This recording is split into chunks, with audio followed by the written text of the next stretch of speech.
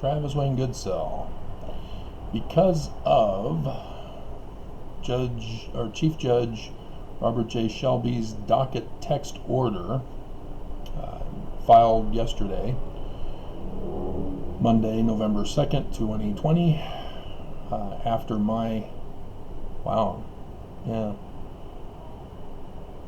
after lodging my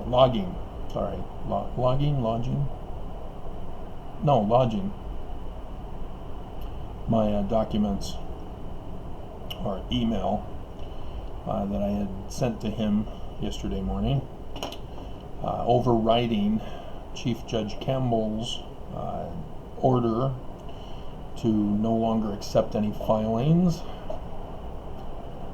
This now is the reading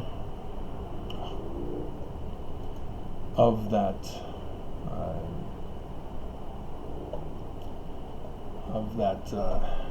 of my new motion to recuse Judge Campbell. And checking it thrice to the third power. This is for the law, whereas the previous one for Jenkins was the Code of Conduct. But here it's for the actual law. 28 U.S.C. Part 1, Organization of Courts, Chapter 21, General Provisions, Section 455, Disqualification of Justice, Judge, or Magistrate Judge, for the following reasons. And I put Chief Judge Robert J. Shelby's 28 docket text order overrides Judge Tina Campbell's 26 order, and therefore the plaintiff submits the following motion. I'm the bad guy. 1. 28 U.S.C. Part 1, Chapter 21, Section 455A. Judge Campbell's docket text order denying 15 motion to recuse was unlawful, as Judge Jenkins, with his 20 order of recusal, was responding to 15. Is it responding or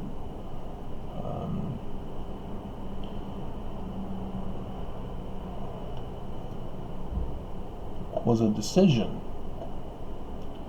Put that instead. It's more legally. Was his decision.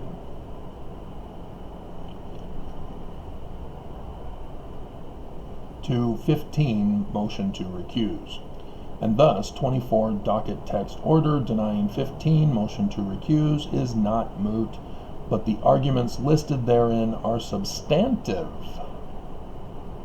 I love the meaning of the word substantive that was used by the Chief Judge in regards to my email. Should I go over it with you? Yes, I will go over it with you. In case you don't know and you don't want to look it up on Google search. Substantive definition. Having a firm basis in reality, and therefore important, meaningful, or considerable. Love that word.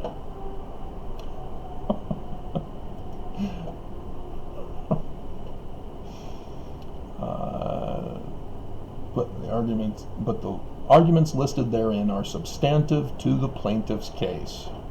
See, that's what Judge Oberg destroyed in my previous case. By all her denials. She was dismissing all of the factual, substantive arguments that were being made in all of those. She was just ripping me to shreds. So that's the first thing I go after Judge Campbell for. Second, 28 U.S.C. Part 1, Chapter 21, Section 455, B1. After the plaintiff filed 25 motion for immediate default judgment with prejudice, and I put the whole thing in there rather than what the clerks put on. For the plaintiff, after Judge Campbell's 24 docket text order denying 15 to recuse Judge Jenkins, notice I put motion to recuse rather than motion, how does she word it? Motion to disqualify judge.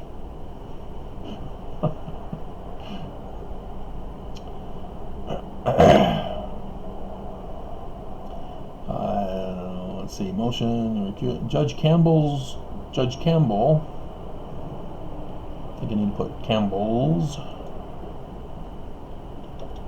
26. Oh, Judge Campbell, oh, never mind. Judge Campbell, 26, ordered the court not to accept any more filings in this case, such as this motion to recuse Judge Campbell. Such an order protected the defendant to grant them more time in delaying a decision on 25 motion for immediate default judgment with prejudice for the plaintiff, demonstrating bias and prejudice by Judge Campbell for the defendant and against the plaintiff. Bye-bye. Then I added notification to the clerks of the court. This will now be the fourth recusal in this case, and as all other federal judges in this court, except for Chief Judge Robert J. Shelby, must recuse themselves in accordance with 28 U.S.C. Part 1, Chapter 21, Section 455. This case must now be assigned to Chief Judge Robert J. Shelby as the act of random selection of the remaining justices will merely demonstrate further bias and prejudice for the defendant and against the plaintiff.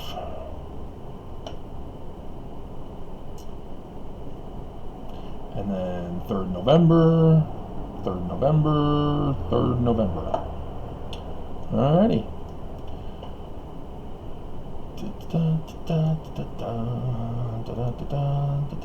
I'm going to do a PDF version. And I need to do an order as well.